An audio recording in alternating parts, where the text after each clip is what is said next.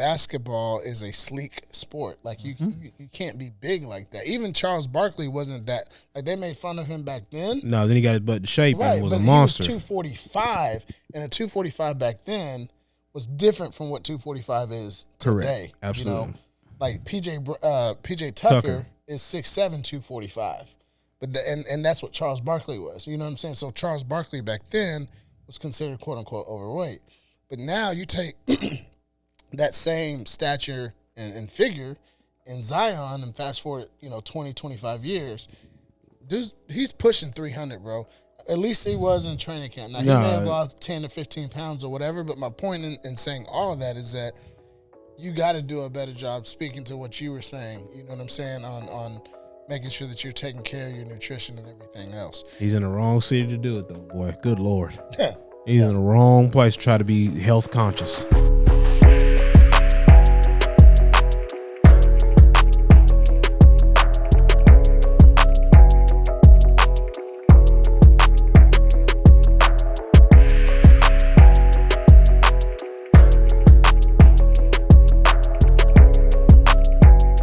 Welcome back to the Vision Lab podcast. I'm your host, Ryan Cuffey, alongside my co-host, Mr. Ryan Mosley. The Vision Lab is the official growth mindset of the cigar industry, and we are super excited today to jump into the lab with none other than Mr. Alex Marley. Excited to be here, man. Yeah. How are you, sir? I'm doing really well. So, we're talking about basketball. Obviously, it's basketball season. Shout out to the Mavs being here in Dallas. And, I know one of your big things, and obviously you look the part, is fitness. And so as we get ready to turn the calendar, and by the way, happy holidays to you, yes. both of you gentlemen. As we get ready to turn the calendar, as a fitness influencer, what are some of the things that people can do to do these, what do you call them, New Year's resolutions? And like getting in shape is getting in shape, getting my finances in order, getting in the Bible. A lot of people say that, spend time with my family, all those things. Like, in terms of like getting in shape and taking care of their health. So we'll give a global perspective. Like, what are some things that people can, do relatively easy, I guess, for 2024? 100%. There's a new year every year, you know what I mean? And if we get to see it, we're blessed, you know what I mean? So we all face the same challenges. It's a great opportunity to leverage the motivation of newness, right? No matter what happens, no matter what went down in the year, how we started it, how we finished it, we got a fresh slate, right? And it's nice to leverage that fire, that energy, that motivation to get us going, to really push the bus down the road. One thing that I do see, that's an issue. Some people take it, grab a bull by the horns, and they change their whole life. They take that opportunity, they leverage the motivation, and they're off to the races, and they never look back. Others start, stop, and they antagonize themselves. And a lot of what's going on, what's in the way, I think, is the mental expectation on what the process really looks like. I think we look at people who are healthy or in shape or whatever, we qualify as, fit, wellness, right? And we want to jump on that train. It's a sexy train. But if you never lived that life, if you've never walked in those shoes, if you never have adopted those behaviors, once you get in the trenches, once you get on that train, are you prepared for that environment? And I think a lot of times people just aren't mentally prepared to handle that environment. So we have hope, right? We are inspired. We have desire. But are we really prepared for the environment of what a healthy fitness healthy wellness lifestyle looks like? It's interesting. The thing that I think of, and I'm a big fan of this guy's Bradley, and this is no knock on people, and this is not the Vision Lab. This is not Cuff saying this, right? But he said, I will never do business with a fat person. I will never do business with a fat person, and a lot of people will be shocked and appalled and, try to cancel culture him or whatever. But his reason behind it is, if you're not in shape, that means you have no discipline. So how can I trust you in the business world if you don't have discipline? So when you're talking about, the start, stop, and I'm a big, habitual, what's the word I'm looking for? You doing your fast at the beginning of every year? Well, no, not that, but I mean, I do this a lot too, right? I start, stop, just like the yo-yo of it all. Yeah, Right. You know, I perpetually do that, and 2024, I'm claiming it, not happening anymore. It's going to be a complete lifestyle change, but in that, what you're talking about, people look at people that are quote unquote fit, and they don't understand what it's like to be in those trenches. But really, what it is, it's discipline. Can I talk about that? Yes. So we hear that word so much, discipline. What does discipline really mean? Discipline means it sucks, but I'm going to do it anyway. Mm-hmm. Discipline means everything in me wants to do something that I know is going to send me down the path I'm trying to get away from, but I'm going to resist it. I'm going to go to sleep, and I'm not going to tap that kitchen. Yep. Right? I'm going to drive home without stopping. Yeah. You know what I'm saying? No more Taco Bell. Yeah, like discipline means like there's a book, Embrace the Suck. I don't know who the author is. I forget the name, but I've heard of that. That's discipline. Yeah. Embracing the suck, because we're wired for comfort, but we're built for discomfort. Everything goes south when we're too comfortable. We're built and bred in discomfort, and if we're too comfortable for too long, everything starts to fall apart. So we need discomfort. Yeah. We actually need to seek it, right? But the world we live in right now is so tech-driven. We're so smart as humans. Everything that we put our brain power towards is to do what? Make it more convenient, more comfortable. More comfortable, yep. Right? So it's luxurious. And it's like, well, who am I not to take advantage of these luxuries? It's 2023. It's about to be 2024. Why won't I want to sit on the couch? Why won't I want to chill out? Why don't I want to eat this good, tasty food? And just take a pill and it go away. Come on now. Yep. Right? So we're built and bred for that. But one thing is crazy is it's not crazy. You just got to understand it. Everything becomes a habit whether we like it or not. Right? Yes. And that's what I had to realize. It's like, okay, whatever I do for the majority of my time dominantly, I'm talking about like 6 over 5. You know what I mean? That much dominantly is going to start to create my environment that I live in. And so if I dominantly don't work out 4 days out the week, I'm going to start to slow grind, become someone who doesn't really like to work out because I don't do it dominantly. I chill dominantly. So I'm going to naturally be more prone to chill, and I'm always going to have that mountain to climb when it comes to actually like stepping forward to being uncomfortable.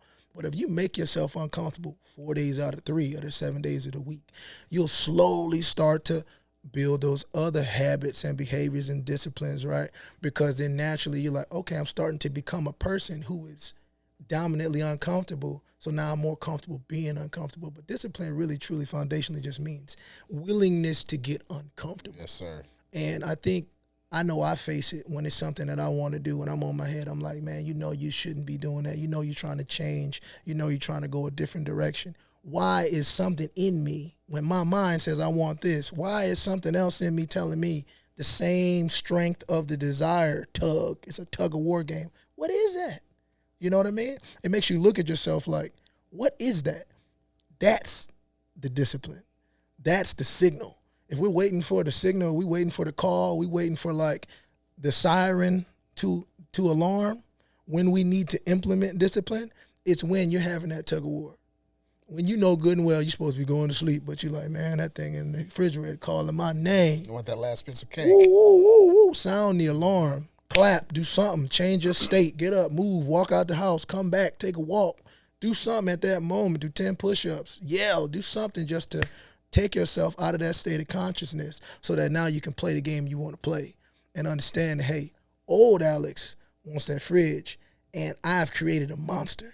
I've been old Alex for 35 years. So how am I going to expect in an instant, because it's 2024, all of a sudden 35 years is going to overcome one moment? It don't happen, yeah. Right? So you have to be prepared, almost like a battle, almost like a war. You really have to go in this thing, because we're talking about changing our lives. Yes, sir. We ain't talking about just something light. And I think that's a lot of it is mentally being prepared for what's on the bus, what's on that sexy train, what's on the other side of the before and after pictures. Come on, man. You know what I'm saying? It's you getting ready. You in it right now, bro. Hey, listen, this is a fantastic way to close out the year. as we get ready for 2024. A lot of us, myself included, are going to be doing some things, and you're putting it into a practical state of this is what it's like. You know what I mean? Mm-hmm. So visionaries, I encourage you, number one, if you like the content that you've heard thus far, go ahead and like, subscribe, and share this episode with someone that you care about, someone that you love. But I love the fact of what you're saying. So, visionaries, rewind this, and go back and listen to this in those moments where you're kind of feeling like, okay, do I want to work out? Do I want to? And it doesn't have to be anything major. We could be just talking about taking a walk. One of the things I try to do is simplify things, right? You've been out of shape. You haven't been in the gym. You haven't been working out. Just start with a walk, right? Simple. Start with having 10,000 steps in a day. Do that for a month. That's it. I'm not asking you to go to a gym, put money down, or do anything like that. I'm not even asking you to really change your dietary intake, right? 100%. Just do 10,000 steps. And I think in about a week and a half to 2 weeks, you'll start to change other things. Other behaviors will want to shift and change. And then all of a sudden you say, not only am I going to commit to 10,000 steps for 30 days, I'm going to now eat more vegetables. And then it starts to snowball in a positive direction. So I love the practical, can I use your word? Sage. That's your words. That's not, it is Sage not, is your it word. It's mine now. You used to say it all the time. That's your word, but it's all good though. But these are some practical things that you can do. What are some other things that people can do in 2024 to really kickstart their year? One thing that I recommend to a lot of the people that I work with when it comes to health and wellness is something that's easy and it's practical and it's easy to understand, which is liquid nutrition, right? Solid foods is what gets us in trouble. There's 1,000,010 studies out there on what we should eat, what we shouldn't eat, how to prepare it, how to cook it, how not to cook it, how whatever in the world, right? But if one way to help yourself to get over the hump of the food struggle is just replace those meals. Not saying don't eat, not saying, put yourself in a position to where you're such on an extreme path that it's not sustainable. Saying figure out what in your diet are necessities and what are I can't live without it, versus what is like it's tasty, it's nice. Let me interject real quick. Yep. What I can't live without, right? There's a lot of people that have sweet tooths. And sweet tooth, yes. Then there's people that are carnivores. There's people that can't get away from breads. Like when you talk about kind of not necessarily transitioning to like a liquid diet, but replacing on things, like when you say things that you quote unquote can't live without, what are you talking about? So some people have the sweet tooth. Some people have that meal or that dish or that time of the day that they cannot get away from. We have a lot of times, and I say this, look in the mirror and let's learn to love ourselves where we're at first. Amen. So that we can love ourselves when we get to where we think we're trying to get to. Because what happens is you antagonize yourself now and then you get to where you think you want to be and then you antagonize yourself then. Mm-hmm. But once we look in the mirror and we can say, hey, man, I love the individual that I am and I enjoy the life that I've created. And I'm always like, hey, something about what we're doing on a day-to-day basis, because we got our personal power to change courses at any given time. So something about what we do on a day-to-day basis brings us enjoyment. There's something about what we eat, what we consume, what we drink, what we listen to, how we move, working out, not working out. It all brings us some type of enjoyment. It's filling the gap. It's filling the void. It's giving us comfort. It's our friend. It's our companion. It's something. It's filling the gap for something. So we're not choosing to put ourselves in a state that we don't like for no reason. We're doing it because we like it. It's just that the body reflects it in the mirror in a way in which we don't want. We're like, I don't want to look like this. But if I can do what I'm doing and look better, give me a pill, man. Yeah. Give me the blade, man. Boom. Right? We right on it. But that's just not reality a lot of the times. And so. Not unless you're a teenager. Not unless you're a teenager, right? You ain't got no responsibilities. You know what I'm saying? And so when I say the necessities or like I can't live without, it's like what are those areas in your life that are like that bring you the most fulfillment? And if it's late night sitting on the couch, comfort food, watching TV, let's build around that first. Ooh. You know what I'm saying? I'm super interested in that. How do you build around that? I'm a guy, 11, 12 o'clock, I'm eating my popcorn and, Whataburger and I'm watching Sports Center. Mm-hmm. How do you build around that? Landmines. Okay. And so I'll dive deeper on what a landmine is. Yes, sir. Understanding the beast that we have created, right, in the late, and this is majority of people. I mean, I don't know, maybe 80%, we can call the numbers. Most people, we digress. We have stressful, stimulated lives. And so when we get done after work or after whatever we do, we want to relax, come down. Mm-hmm. A lot of times that's how you spend your time with whoever you're with, friends, family, loved ones, your companion, significant other. So that time is really, really like intimate for us.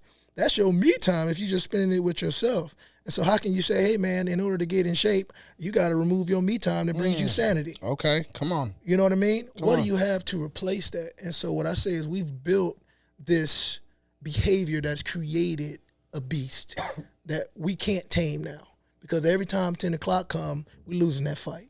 Yeah. And so what I say is put landmines in, understanding, okay, I know when 10 o'clock come, it's going to cut on. So throughout the day, let me start to do some things a little bit differently. Let me eat consciously before I become unconscious. So instead of waiting till 10, 11, 12 o'clock, and now I'm so hungry, maybe implementing a protein shake. Before we talking about removing anything out of your diet, maybe let's implement some protein. Let's implement some sweets, believe it or not. Some sweets a little earlier to kind of offset that sweet tooth, to get the blood sugar where it needs to be, to where now you don't have Goliath that you're fighting.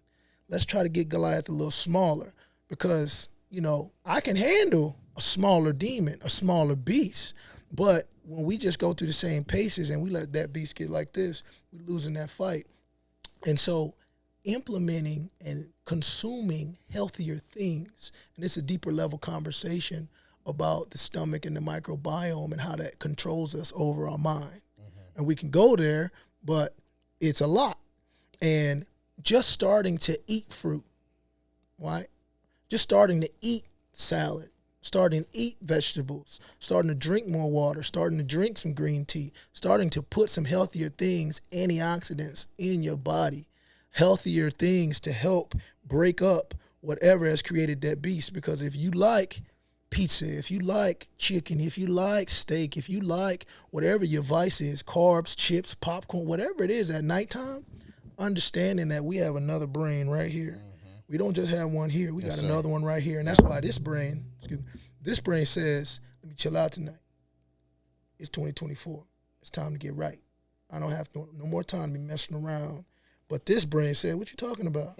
It's Tuesday. Mm-hmm. And on Tuesday, it's we on the couch. It's Taco Tuesday. What you talking about, man? Hold on. Yeah. What's the deal, bro? What's we doing? So it's understanding that. And it's understanding how to change that environment and ecosystem earlier when we're conscious. And slowly but surely you'll get to the point to where you're sitting back and you might eat half the bag. Like, you know what? I'm all right, that's enough. Because you have satisfied a lot of that temptation earlier in the day. And so a lot of times I tell my people, whatever you eat at those detrimental times, those detrimental hours, which is right before bed, because we're going to store all of that as fat, right? Break that up. Cut it in half. Eat half of it earlier. Mm-hmm. Give your body more time to digest it so it's not as impactful in a negative way. Doing the same things, but differently. I love it, bro. Man, you on fire right now, homie. Yeah, you are clearly well versed in how the body works. When did you decide that you were going to make this I won't say your life work, but like, when did you decide this was going to be what you did for a living? From a training standpoint, obviously we're going to talk about the things you brought here, but when did you have that fork in the road or that moment of clarity where you're like, okay, I'm going to do this? Man, that is an outstanding question. And it's when I got to the top of the mountain that I was climbing, and it wasn't the view that I thought it was going to be. And I was headed in a direction that sounded good, saying it to other people of what I did, what I was doing, my title, the industry that I was in, made my family feel nice and proud, made me feel good seeing certain letters on my chest of companies that I worked for. But my soul and my spirit were dying because I was neglecting them. And I didn't know why I had this emptiness, this pit in my stomach. I didn't know why. I'm like, what's the problem, man? Just make money and enjoy life and travel and do what you do. Why are you upset? Why are you sad? Why are you having all of this complications and you confused and you lost? What are you talking about, man? Enjoy yourself. You've been blessed. Be grateful. But I think some of us are just different. You see what I mean? I think, and not different in like just like a 1%, 2%, 5% kind of way. I think we all are unique in what makes us feel purposeful and what makes us feel fulfilled. And for me, it's making an impact. It's doing something where I'm making a change in somebody else's life other than another corporation. Let me here in the Vision Lab, we real, we 100 all the time, right? Yep. I notice on your shirt it talks about be mindful, grateful, be relentless, be humble, and those are all fantastic words. Those are great monikers or slogans, etc. to live by, right? And I really feel like over the last 8 to 10 years that wave is just grown and grown and grown, and everybody's even me, right? Like Mo will tell you, if somebody asks me how you doing, I always say what? Good morning. Or I'll say I'm grateful, but I do say good morning though, just to make sure people paying attention. But that sounds sexy, right? That's the thing. That's the end thing to really say. And you've gotten to that point, and so I don't want to take any credit away from you on that, brother. But what got you to that point? Like at 30, 25 years old, were you really saying to yourself, I'm empty, I'm successful in, my 9 to 5, I'm doing this, I'm young, I'm healthy, I look good and I'm in shape, blah, blah, blah.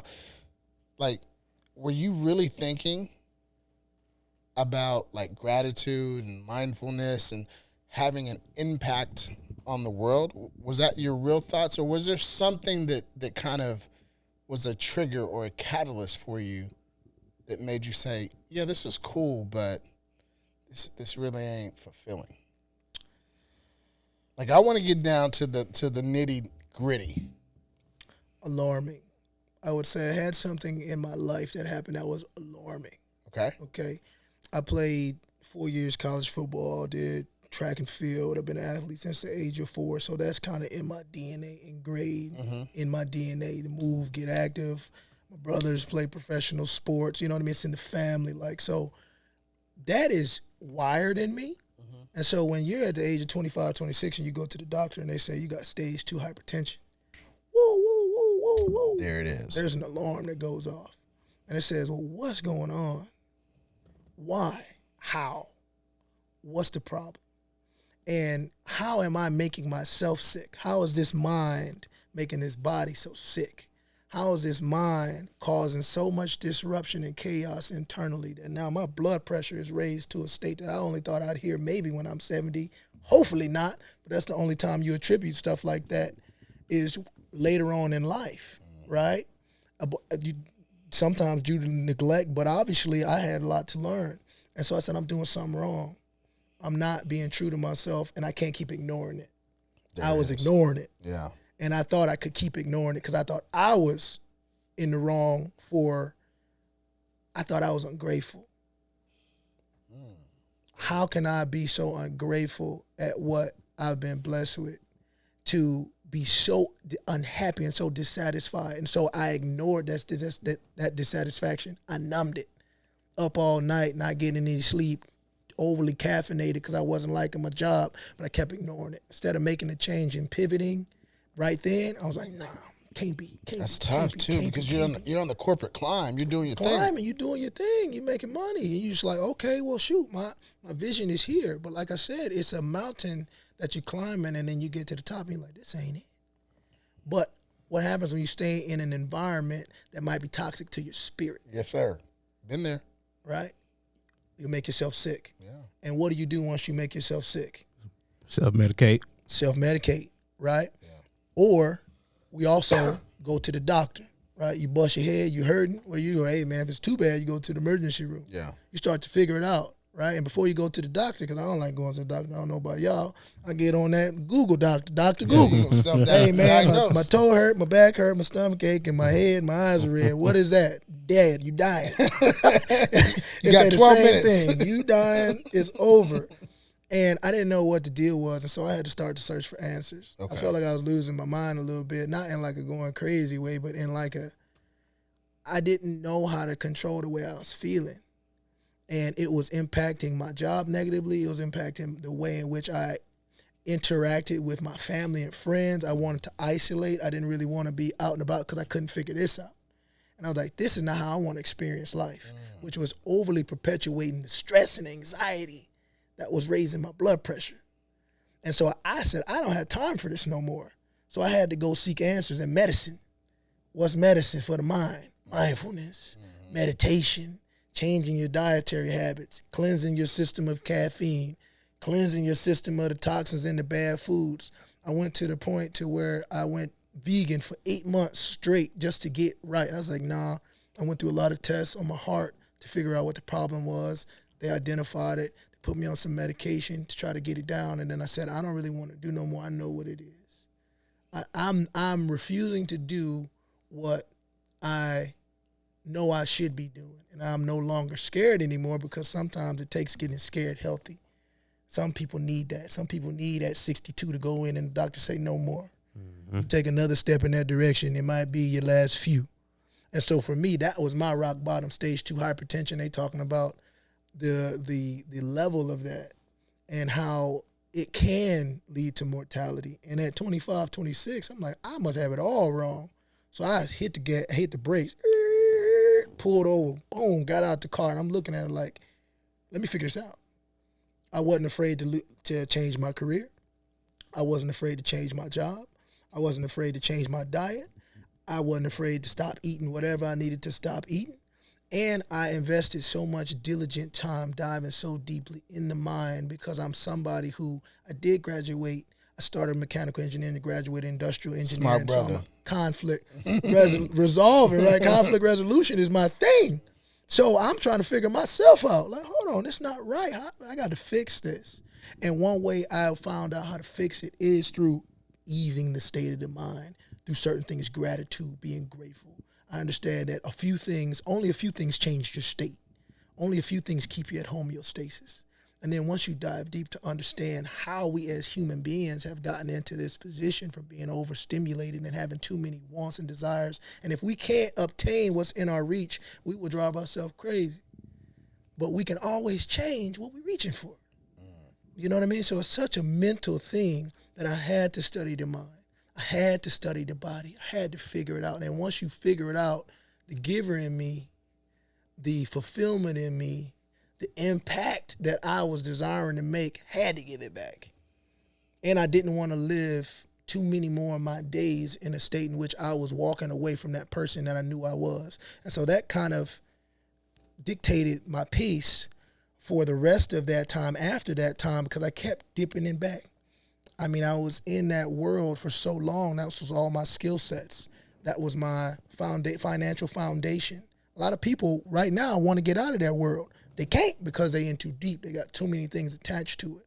At that point, my health was on the line. I said, I'm not afraid to make a change. I'm not afraid to risk it and to figure it out. And so I kept leaning into what I wanted, leaning back into the other world. Leaning into what I wanted, leaning back into the corporate world. And it's nothing against the corporate world. I love it. It makes the world go round. And I commend anybody who's in it. But it's all about knowing yourself. And that's another point. It made me embark on a journey of self-discovery to figure out who am I and why is this environment toxic. And once you understand who you are, what environment you're supposed to be in, rainforest over the jungle, over the Sahara Desert, like figure out what kind of species of animal you are and then put yourself in the appropriate environment. But right now, the world we live in, everybody gets pushed into one environment and then wondering why some people are going crazy in there. And they're like, I can't figure it out. Life is not the same meaning of life to me as it is to others because I'm not living in my natural habitat. Brother, you are on an absolute heater. I'm going to go back and listen to this multiple times throughout 2024. One of the things that you said that I'm super interested in, particularly because this is the Vision Lab, right? And we really do talk a lot about mindset.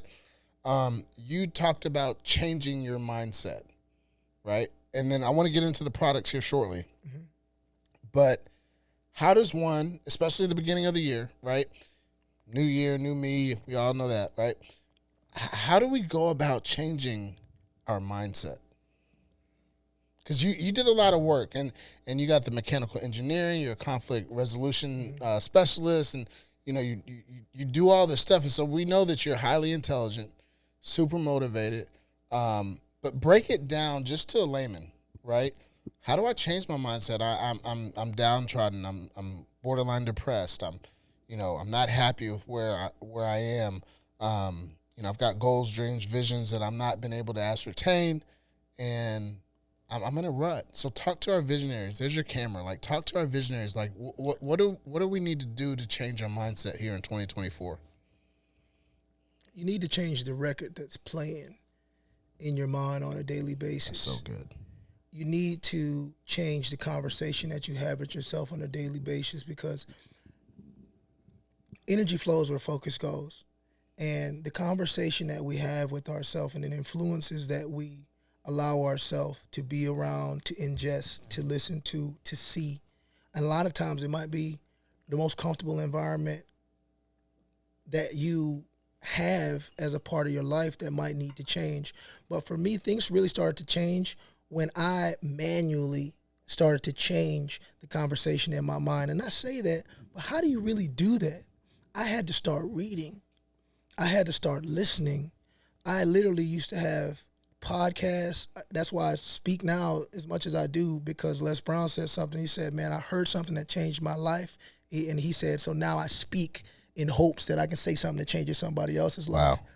And I heard so many things. I used to have so many different inspirational leaders and motivators and inspiring people who just had the heart to give out so much helpful, healthy information, healthy conversation, healthy record to help offset the record that was playing in my mind. Because a lot of times we don't know.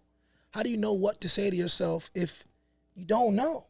Right? So then once you start to read books on belief, you start to read books on self-awareness, you start to understand that in a state of grief, anxiety, anger, sadness, hopelessness, anything, immediately being grateful, being thankful for something changes your state. And there's not much else that does it. And so when you see that and they say, hey, man, you got a headache, taking a leave, you take the leave, you know what I mean? Or, hey, your leg is broke, put a cast on it and a boot and a crutch. It's the prescription. And so for me, when my mindset was headed in a direction on a daily basis that I was fed up with, and that's the point. You have to get fed up, because nothing will lead you to read a book when you don't have when half the time, the first 5 minutes, you rereading the same doggone page because your attention span, you ain't been reading. Come on, man. You know what I mean? So you have to get fed up. And a lot of times when I have somebody in my face that says they're ready to make a change, a client, I said, are you ready? Or are you just, you want to be ready? Because it's a difference. And if you want to get there, we can have that conversation. You got to be fed up, because not until you're fed up are you going to grab a book, or are you going to pick up your phone, go on YouTube, put on something, search in there what's really affecting you. You know, and it's not until you admit that you're sick do you look for help. It's not until you have identified a problem do you seek the answer. A lot of times our egos are so big, and it's not necessarily a bad thing, but it can be an inhibitor to us seeking the resources that we need to get better. Sweet. Because we don't want to admit to ourselves that we need the help. You know what I mean? How many people need counseling and therapy that won't get it because they won't admit to themselves, like, I don't want to be one of those people that need it. And so the first thing you have to say is, my mind ain't right. I need help. Man, you're speaking today, bro. As soon as you say that, then you'll say, well, what's wrong with me? I don't like myself. So then you'll go to a library and look up a book on self-awareness. You'll understand my identity. Who am I? You'll start to spend more time with your parents, having conversations, trying to understand that side, that aspect. You'll start to pay attention to who you were as a child and what the things that you naturally gravitated towards and why you're so disconnected from the child that's in you, that happy place, because that's our happy place, is the child that's in us.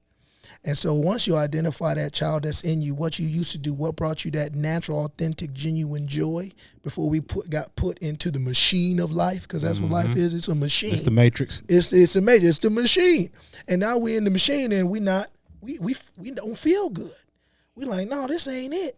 And so it's nothing wrong with saying, hey, my mind ain't right. And it's not saying you're crazy. It's not saying, you don't even have to say you're depressed. You don't have to say you're sad. You don't have to say none of that. Just say, my mind is not where I need it to be successful. And that's the thing. To be the best version of yourself. To be the best version of yourself. To optimize the time that we have on this life, on this earth, in this world. I know you got a question or comment, but one of the things as we are in this season of thankfulness, we just had Thanksgiving. We're getting ready to have Christmas here in a couple of weeks. We're in a moment right now, at least for me, where like gratitude is at an all-time high. And I say that because we never know who's going to be the person that we're interviewing. Mm-hmm. Brother, when I tell you right now, like how blessed and how enriched I am becoming right now because of this conversation, like this is, for me, it's huge. And so I'm very grateful for this. It's just so like captivating to be in a moment like this right now. And I just wanted to recognize that moment. And I know you got a question, so I'm gonna let you do your thing, but I just want to say, man, you're literally on fire right now, bro. And I hope visionaries, appreciate you. If you guys are tuning in, I mean, like, stay locked into this dude. Like, he's hitting. I'm telling you right now. Well, he said a couple of buzzwords, and I'm a transition here. Being the best version of yourself, being conscious of what we're feeding ourselves, both physically and mentally, taking necessary steps to get to the next level and things like that, unplugging from the matrix and all that.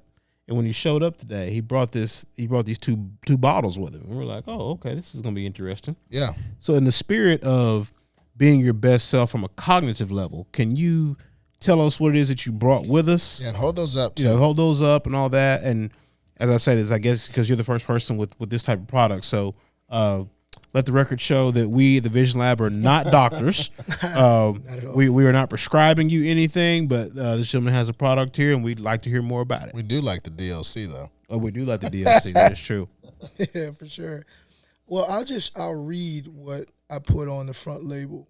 Well, first of all, tell us what it is. So this right here is I've called it motivation, and I'll dive into why I called it motivation. This is I would like to say my gift based on my journey, based on my influence, based on my knowledge, to give back to others, to help and assist with the challenge that we all face right now, which is maximizing our days, waking up, feeling good on a daily basis. We all have that day we wake up and we clicking and we got sleep and we ate breakfast and we have energy and we don't know why the sun is out. And we just like, oh, man, we talking to people, right? Everything just happens to click and roll, and we're sharp, and we're productive. And then we have the next day, and we wake up, and we like, what happened? Who am I today? I need that same energy from yesterday. Wow. What happened? I need to be clicking. I got stuff to do. I got goals. I got dreams. I got things I need to handle. I don't got time for this mood swinging. You know what I mean? Lack of attention. Can't remember. I'm trying to remember where, what was that word? What was I supposed to do today? I should have had one of those journals. Man, where's my journal? Where are my keys? I didn't write it down. Man, what's going on? This is a world of human doers. Human beings is what we were created to be. We're becoming human doers. Man, speak on it. And it's one thing to say it. And it's another thing just to realize and embrace that's the way it is. Because to say right now that you will be willing to give up every luxury you have, every comfort you have, just to sit and be still, very similar to how some people choose to live like the monk lifestyle, to where it's very simplistic, right? And they just soak in existing, right? So now in a world of human doing, it creates a lot of anxiety. It creates an imbalance of an emotional state. It creates mood swings. We have so many things that can distract us early, late, that now it has impacted our sleep. The devices that we have next to us while we're sleeping throw off our cycles. Circadian rhythms are off. The food we eat is off. The water we drink is off. Everything that's going on, the air we're breathing in is off. Boo-hoo, right? That's the world we live in. Yeah. It is what it is. How can you be more prepared? And this is my shot at giving the world some armor.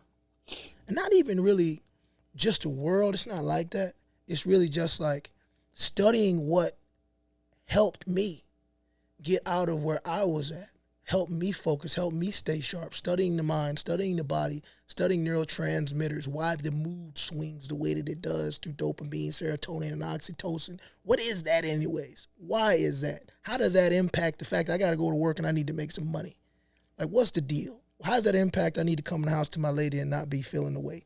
How does that impact I need to call my family? I need to go see them. I need to be inspired to do that. How does that impact the way in which I operate on a day-to-day basis? What is all of this mumbo jumbo? Studying and realizing how impacted we are through the lifestyle that we have established and developed and enjoy is what inspired me to create this pill right here, which is a culmination of many different things. So what's the name of the company? And then tell us a little bit more about the product. So the name of the company is Wisdom Labs. Okay. Right? Wisdom LLC, but it goes by Wisdom Labs. And the name of the product is called Motivation. Okay. And the reason why I called it Motivation, because I think every day we need a spark. A flame doesn't start without a spark. Hold it up for the camera to see that. Boom. Awesome. Where's it available? So this is available on wisdomlabs.com. Spell wisdom, because it's got a different spelling. That's right. WXYSDOMLABS.com. That's for you, Carl. Oh, man. Oh, wow. That's for you, man. God bless That's you, for my man Mo. Oh, thank you, sir. Yes, sir. Appreciate it. Indeed. All right, so do you need to look at the label to kind of tell us what's in it? Oh, no. 'Cause it's a number of ingredients. Oh, I know what's in that thing. Top to bottom? Top to bottom. Okay, let's go. All right. So, I mean, there's a few things that, studying the mind and studying the brain and studying the body, it needs. See, first of all, the reason why you know this because you probably had this today already. So you Oh, yeah, every day. you know that word? We run it down. Yeah, every day. I mean, we all have our things that we do in the morning, right? Some people, it's a multivitamin. Some people take ashwagandha. Some people take whatever they take, vitamin C pills, what I mean, vitamin D, right? We all have that.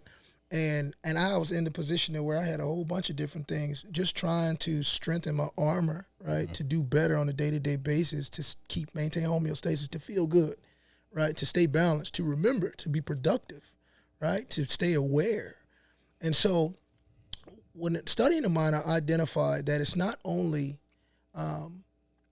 adaptogens, which I don't know if you guys know much about adaptogens. That I've heard the term, but I don't know anything about it. I've heard it, but that's the gist of it. Right. So science is studying a lot of ancient traditions. It's been around for a very long time. It can go over to Asia, African, Indian, whatever type of cultural that you want to, look into. They all have their own particular ancient traditions that's been going on forever. Before they had a freaking Tylenol and a leaf and a Motrin. Before they had that, they did something. They took some leaf and some dirt, grind it up, put some water on it, shook it around, and they said, hey, drink on this. And it should make you feel good. It should give you some type of pain relief, right? Or they had different things that changed your state that they believed in that did it. And so now what science is doing is going back and it's studying all of these different ancient traditions over the time, and it's realizing that there's a lot of holistic ways that we can treat ourselves and the body that might be a little bit more advantageous than modern things that we have at our fingertips when we walk into the store, okay? And so those are adaptogens, and what those do on a wide scale is they help relieve your stress. They help bring down the anxiety. Wow. If you think about a computer, what happens when you have too many applications open? It freezes. It freezes. It gets hot. Slows everything down. Slow, right? Heats up, right? That process of moving slow and heating up takes a toll on our body. A lot of people call it the fight or flight response, right? Raises your blood pressure, does all this kind of stuff. We're built for that.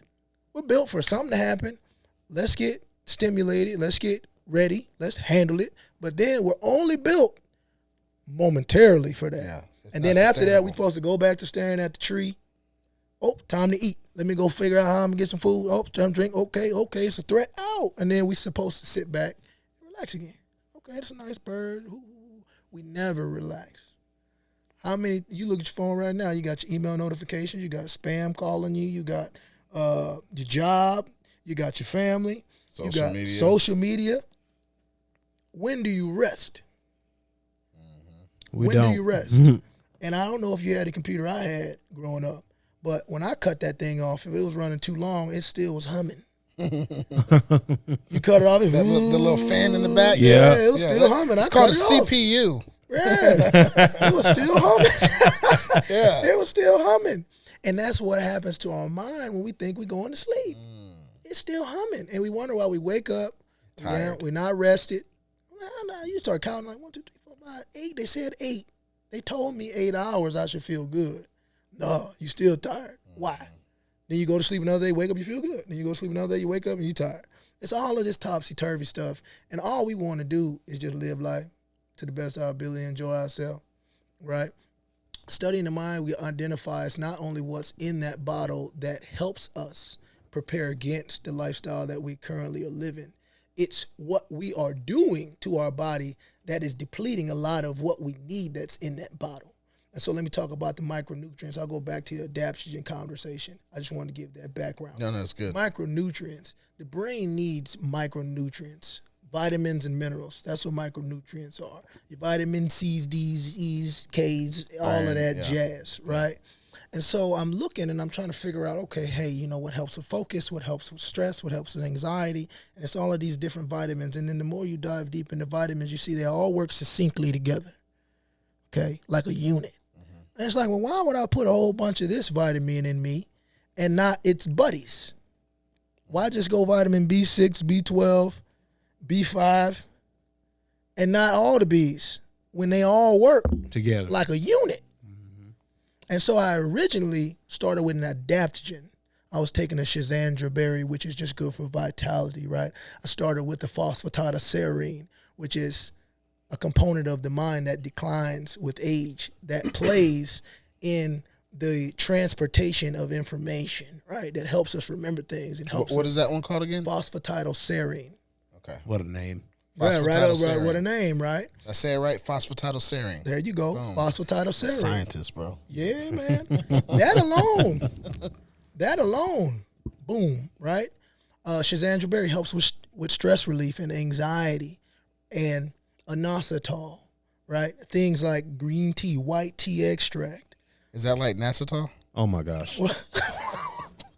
Oh, no. You couldn't help it. You couldn't help it. I don't know if taking that is going to help Nasitol. I don't know. But. You couldn't help yourself. Hey, At some point, it was bound to come out. Goodness gracious. There we go. There we go. I had. Man, that was a oop, bro. That was. It like was from half court. You know what I'm saying? Okay. It was on a platter. No, that was good. No, go ahead. Yeah, my man. No, that's funny. No, so you got your micronutrients that just support the whole brain system. Yeah. In general. Then you got your vitamin C in there to help push everything around the way it needs to be and help the body absorb what it needs to absorb. You got your adaptogens, your schizandra berry, your phosphatidylserine in there to help you focus, to help you relieve stress, to help you calm down. Then we talk about the neurotransmitter side of it. I put vitamin D in it intentionally because we don't get enough vitamin D. We're not outside in the sun as much as we need to. We're in offices or in our houses. Offices in the houses. We drive in the car. We got tent on the windows. We run from the sun. Right?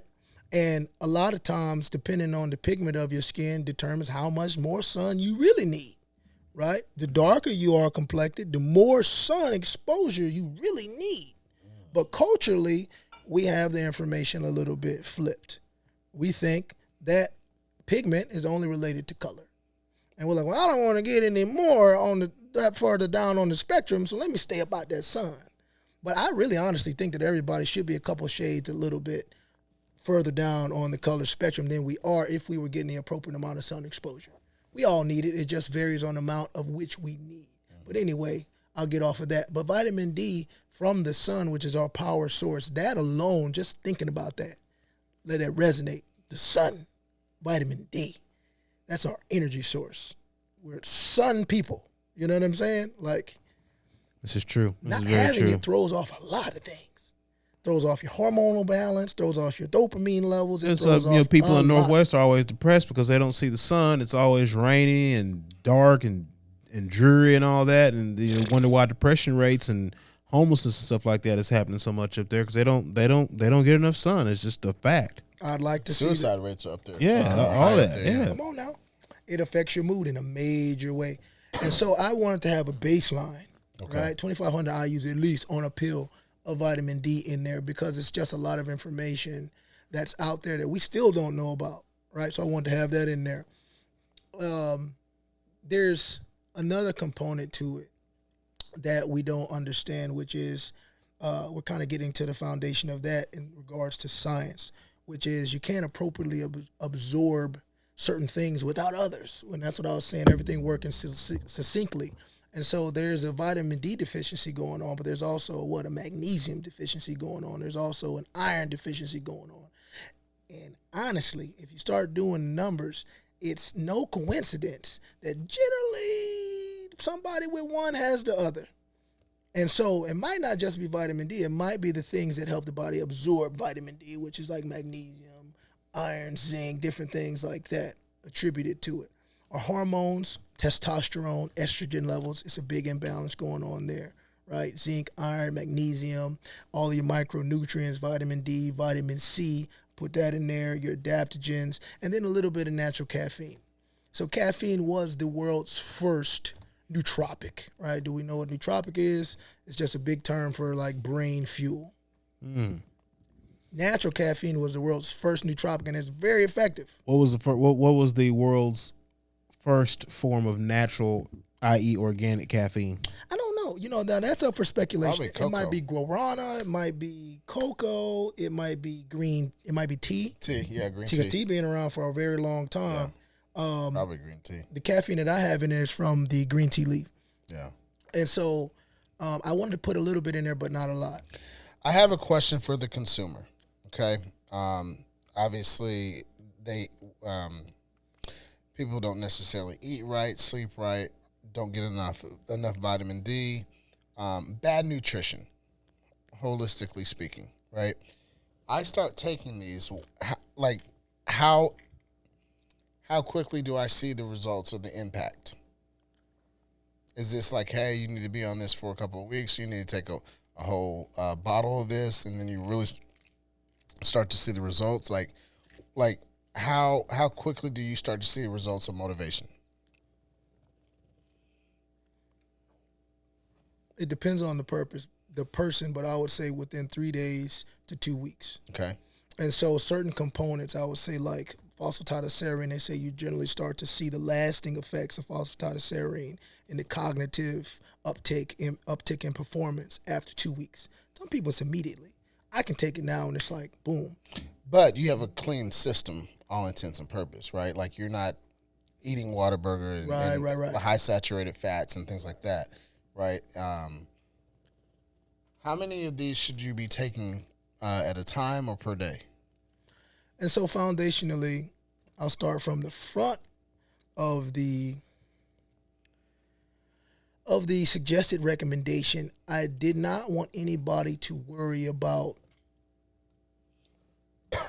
side effects and what they're putting in their body and hurting themselves. Somebody who's coming from a place of a heart place, who's trying to help, I specifically, and it's a laundry list of adaptogens, it's a laundry list of different things that are all now speculated and recommended for helping with cognitive function. It's a lot of things. But I particularly studied the lab reports. I studied the human trials. I've studied all that to see what type of side effects am I comfortable with. Some of them I'm not comfortable with. One eye going blind, I ain't cool with that. Right? My nail turning black, I'm not cool with that. My lip turning green, I ain't cool with that, right? It needs to be something simple. Like my stomach hurting, okay.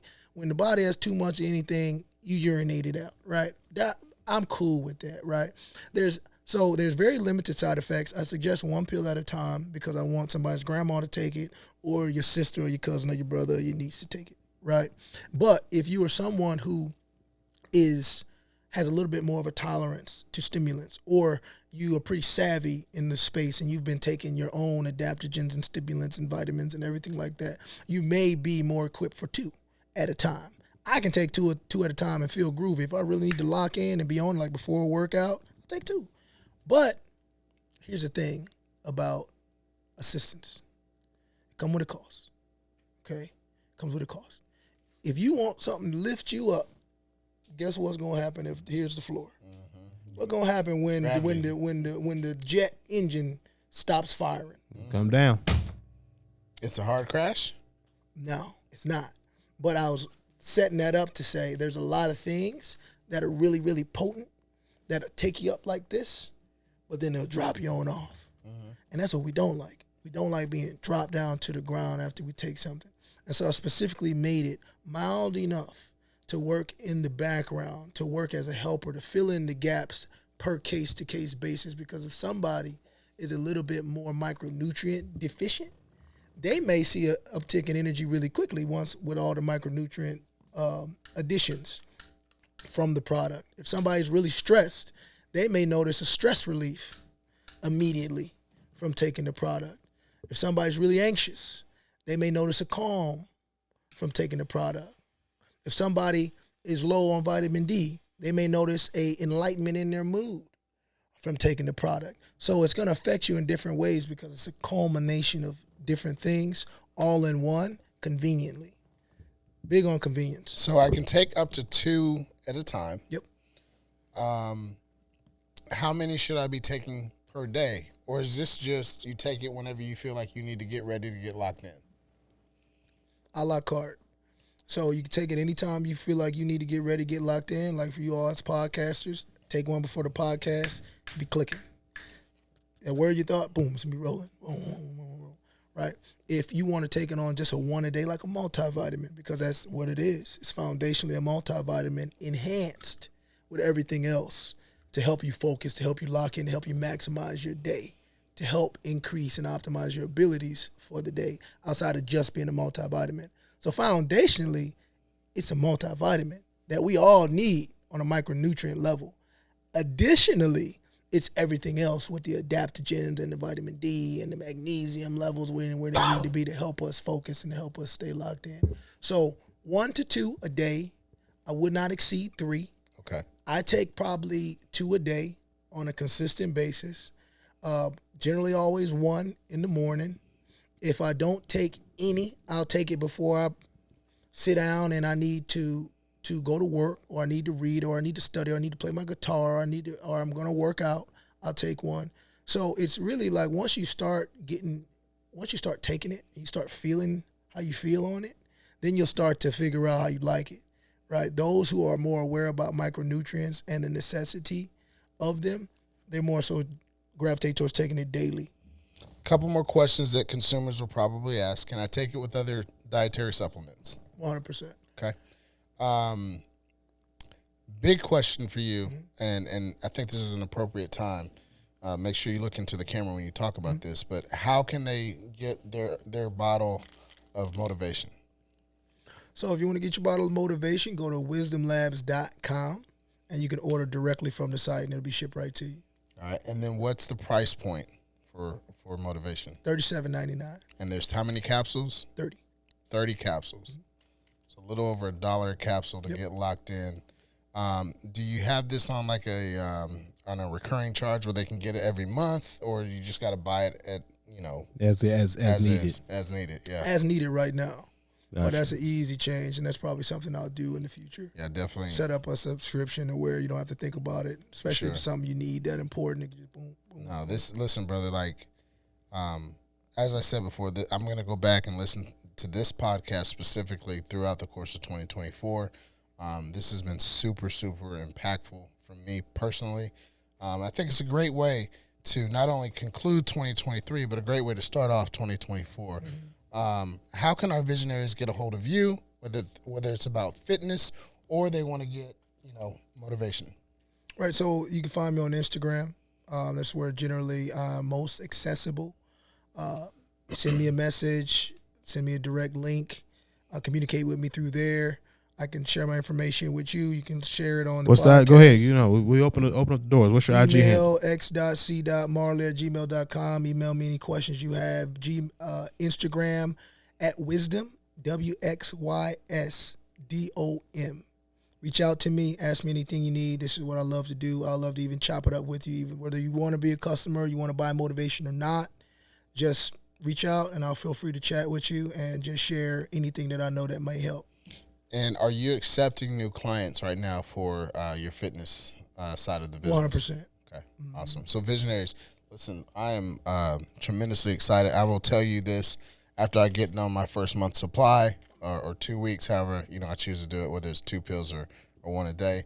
I will be ordering some more. I'm excited about this because I'm getting locked in on 2024, and we're going to change the game like 100%. I think, Mo, it's time to land the plane. I want to have a little bit of fun with X or Alex. I call him X, but let's open it up a little bit. Sure. Anyway, we are landing the plane. Thank you. So you're our last guest of 2023. So kudos to you. Yeah, big ups. We ask these questions to everybody on the show. It's you, and there's a round table. There are 5 other seats. Dead or alive, who do you want at your table? And it can't be Jesus. Ooh, that's a good one. That's a good one. Let's go Miles Monroe. Yep, Dr. Miles Monroe. Big fan. Big fan. Let's go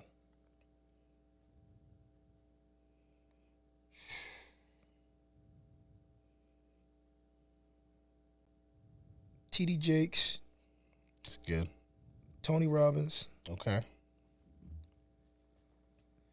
You got 2 more seats.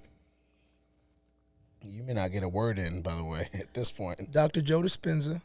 Okay, very good one. The Secret. We got one more. That's a tough one.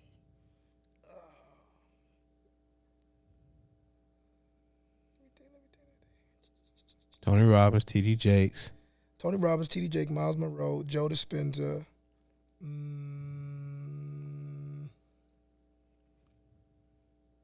So many in my head. Get one.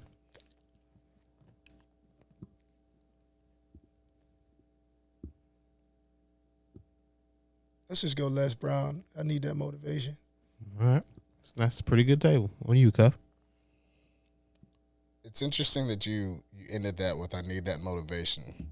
That's actually exactly what I was about to ask you is what motivates you. We got the brand motivation. You got the hat on. The product motivation. Mm-hmm.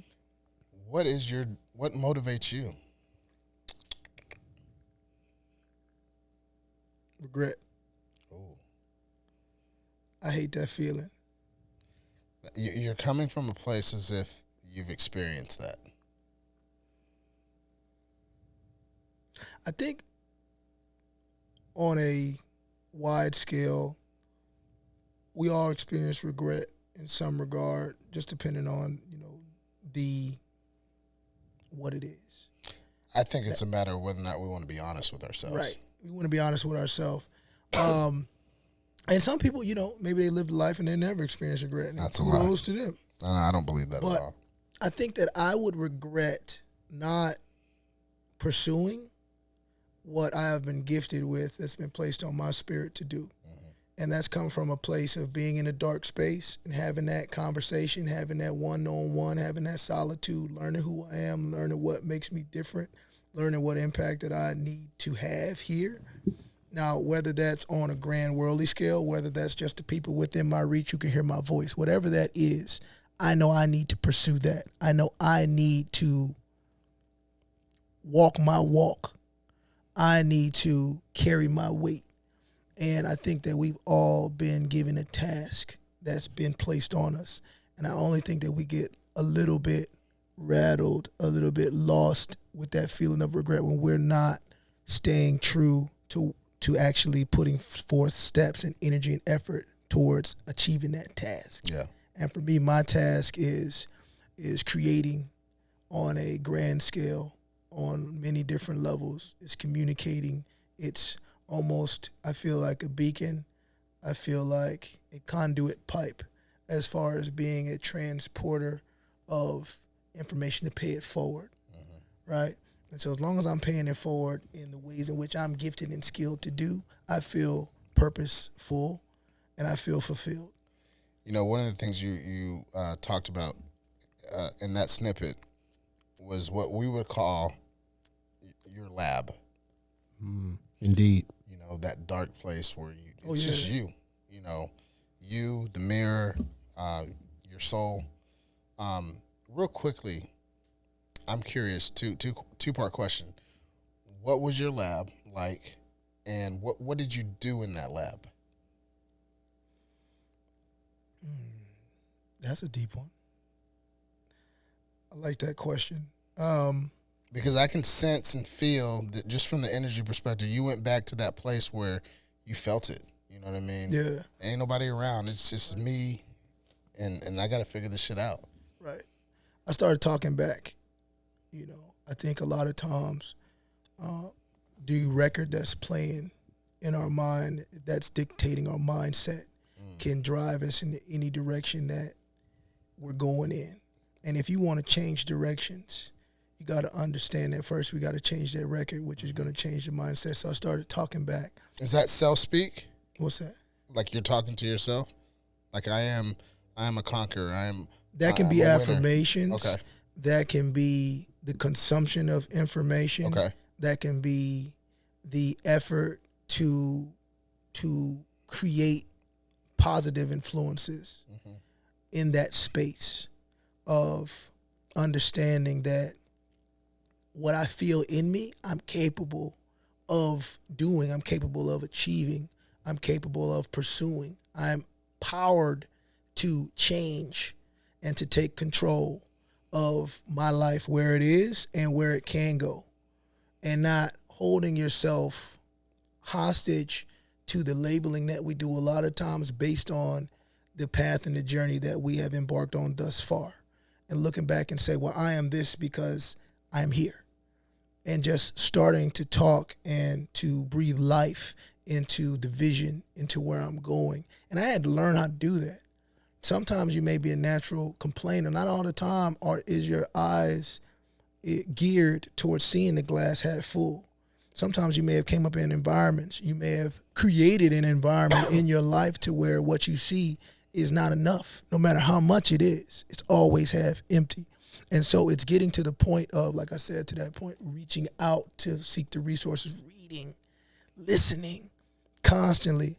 It was a period of time, and I tell this to a lot of people that are looking to change in their lives. And I'm not saying that I'm exactly everywhere I want to be, right? I'm extremely grateful and blessed. But you got to put something in your ear to teach you how to talk to yourself, to teach you how to think positively, to teach you how to believe, to teach you how to stay inspired, to teach you how to be motivated, to teach you how to be disciplined. Because if we knew how to do it, really, really knew how to do it for us, we would probably do it. You got to be amenable. Yeah. Yep. And that starts with shrinking the ego. Big time. So that's a lot that happened in the lab. Shrinking that ego. Did you get rid of all distractions? You know, like we had a guy, I don't remember what season that was, probably season 2 with Anthony Trucks. 2 or 3. Yeah. Like literally he would be in a room looking at a wall, crying or doing whatever he had to do. And that was his lab. Like, he was like, I'm coming out of this. You know, like, was that something that you experienced, or was it a little different? Wholeheartedly, in the regard of, you got to face it. We can't run. We drink something to run. We might smoke something to run. And nowadays, whether we want to believe it or not, we eating something to run. For sure. You know what I'm saying? And so you can't run a lot of times to the coddlers. A lot of times those things may coddle us in the moment, but they will never change our moments. They will just make that one moment a little bit easier to bear. So yours was continuous. It was ongoing. It wasn't like a moment in time where you would come back to a specific isolated area to just lock in. It was just like, these are the things that I'm going to be doing throughout my day. And as I do this repetitiously over time, things will change. I had to make a ton of behavior changes. Yeah, for sure. Okay. I had to change a lot of those behaviors. Yeah. I had to eliminate a lot of the coddling behaviors. I had to eliminate the distractions. There it is. You know, I had to eliminate some of the comforts. I had to make myself uncomfortable. And like I said, that space, and this is the reason why a lot of people want to change or they want to feel better, but we can't seem to necessarily do that for us. And it's because we're not necessarily quite at a point to where we're like, no more. Yeah. That's it. I've had enough. I've enjoyed this ride long enough. I don't need to ride the Batman another time. my favorite I ride, done too. rode the Batman enough. Shockwave. No, Mr. Freeze is the favorite, and then Batman. You gotta be willing to go and get off the ride, man. We gotta go Six Flags, bro. I'm telling you. All right, last two questions of the podcast, but before we land the plane, one more time with your social media handles, how people can get a hold of you, whether that's for training or if they want to purchase motivation. The easiest way to do it, honestly, is on Instagram, and that's at Wisdom, WXYSDOM. And in that space, you can reach out to me, you can contact me, you can message me. On the website, you can fill out a contact form, and it'll send an email to me, and I can reach out directly. I already released my email, x.c.marley@gmail.com. Yeah, reach out to me. I'm completely open. I love giving back. I love sharing knowledge because knowledge was shared with me and it's helped me tremendously. And so I'm not the keeper of it. Yeah. Right? Sure. It's all about passing it and paying it forward and giving it back. And it's crazy the human innate nature that we have to help is the reason why I created motivation. Yeah. Because I had such a strong desire to help once I figured out that I could. It's like, well, who am I? You know what I mean? Yeah. Not to say nothing, not to do nothing. It's like, no. Selfish. Yeah, it feels selfish. Yeah. I'm tremendously inspired by this interview. Last two questions of the show. What's the long-term vision for Alex Marley?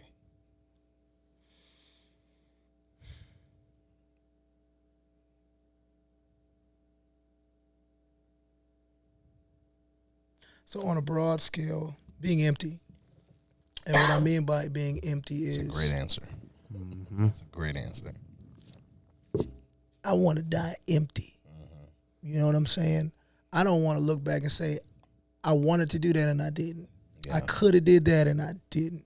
I don't care whether it's taking the information that I have, that I've been blessed with, that has helped me and putting it in a book and releasing it, putting it in 10 books and releasing it, 100 books and releasing it, talking on a podcast, communicating on any type of media outlet. I don't care if it's that. I don't care if it's taking my knowledge and ability to resolve conflict and to attack problems that the masses of people are encountering and dealing with and putting it in a form of a product or a supplement that can be obtained to help them.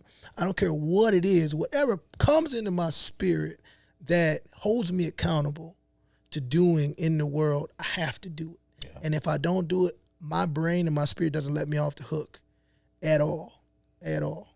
So love that. Empty. You want to die empty. Many years from now. Yeah. Long time. Long time, man. In case you didn't know, in the Vision Lab, we do have a magical time machine. Okay. What advice would Alex Marley be giving himself from 5 years ago? So you today, you're looking back at yourself from 5 years ago. What advice would you be giving yourself? Today, 5 years ago, if I could go back and talk to him 5 years ago.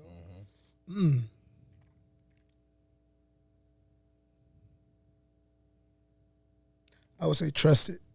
Trust it. Trust it. Like if it was just one, if I didn't have much time to talk, like trust it. What you feeling, where you feel like you need to go, what you feel like you need to do, that was given to you uniquely. Trust it. That's good. Don't get lost in everything else.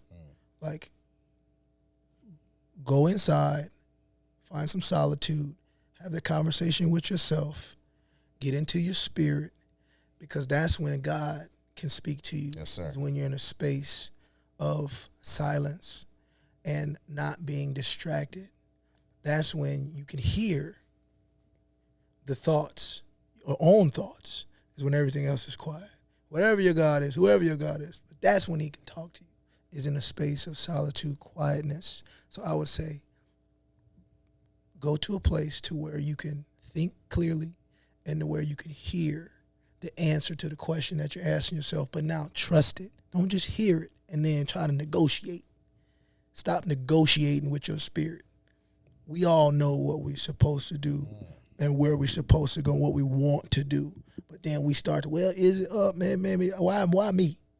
Why me? Why am I into that? Trust. Don't question. That's you. You into that because that's you. You want to do that because that's you. You can do that because you qualified. Don't negotiate, don't question, don't talk yourself out of it because of fear or because of a lack of understanding or awareness of who you are. Yeah. Trust it. Love it. All right. We're going to make you 5 years older. My man. Okay. So what advice would the older version of yourself be giving you today? I'll even call it 2024. We're a couple of weeks out, but 2029, you're looking back. What advice are you giving yourself today? Dang, 2029, bro. Who'd have thought? That's crazy. We getting there. Man. Enjoy it. I think I would tell myself to enjoy it, kind of back on that mindfulness conversation. Enjoy the process and the journey. And I think that only comes from owning it and moving in such a free space of certainty that when you stop antagonizing every move, when you stop questioning, should I be doing this or what am I doing, blah, blah, blah. Am I qualified? Can I really do it? I think that once you put all of them questions down and you say, this is what I'm doing, taking that ownership, then you can truly enjoy the ebbs and the flows and the ups and the downs that come with the process. So I would say learn how to enjoy it. Take it all in. Take in 2023, the last 2 months, because you can't get them back. Yeah. You can't get this time back, and it's not promised or guaranteed. So enjoy every bit of this process. And this is, when I tell you, brother, I am impacted. Seriously. I want to say thank you for being on the show. Thanks for having me. Big shout out to Jason Elias for Big time. for Shout linking out to us Jason. up, Big time. Another great episode that we had as well. Visionaries, I hope that you guys have enjoyed this episode as much as I have, as much as we have. Super impactful. I'm motivated. 2024 is going to be your year. Put in the work early. Be consistent. Get into your lab. Get focused. Get locked in. Get you some motivation so you can stay locked in. Remember, each one of our guests are dropping nuggets of wisdom on the trail of life. Ultimately, my friends, it's up to you to pick them up. Ladies and gentlemen, my name is Ryan Mosley. He's Ryan Cuffey. Thank you again to our guest, Alex Marley. And we'll see you guys next time. Another great episode of the Vision Lab podcast. Blessings.